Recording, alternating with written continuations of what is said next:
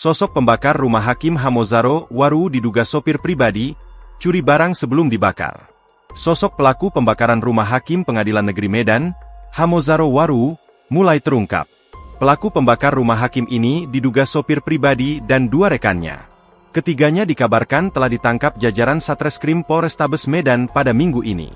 Kabar penangkapan itu diakui seorang personil Polrestabes Medan saat dikonfirmasi media pada Selasa, 18 November 2025. Benar, ada ditangkap, kata personel Polrestabes Medan yang enggan disebutkan namanya.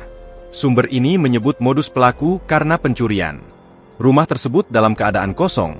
Terduga para pelaku ini terlebih dahulu mencuri barang berharga milik Hamozaro Waru. Jadi mereka itu mau mencuri, karena pelaku ini tahu di mana letak korban menyimpan kuncinya, ujarnya.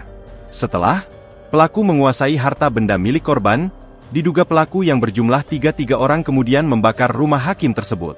Untuk menghilangkan jejak, rumahnya mereka bakar, tuturnya. Sementara itu, Kapolrestabes Medan, Kombes Pol Jin Calvijen Simanjuntak saat dikonfirmasi Tribun Medan via WhatsApp, pada Selasa, 18 November 2025, belum memberikan jawaban saat dikonfirmasi. Sekarang posisinya kita lanjutkan untuk olah TKP lanjutan, bersama dengan Inavis, dan bersama dengan tim laboratorium forensik. Kita akan melihat sumber apinya, dan kita padukan dengan hasil olah TKP, dan kita padukan dari hasil keterangan para saksi dan pemilik rumah.